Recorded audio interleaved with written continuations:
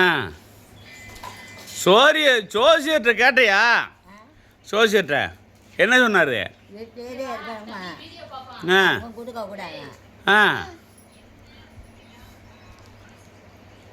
சிறு பொட்டி பொட்டி வாங்கி அதில் துணி அதில் போட்டு வெள்ளி செவ்வாய்க்கு அதை கேட்கடை என்ன தடவை வரான் மாமியார் எப்படின்னு கேட்டு கொடுப்பேன்.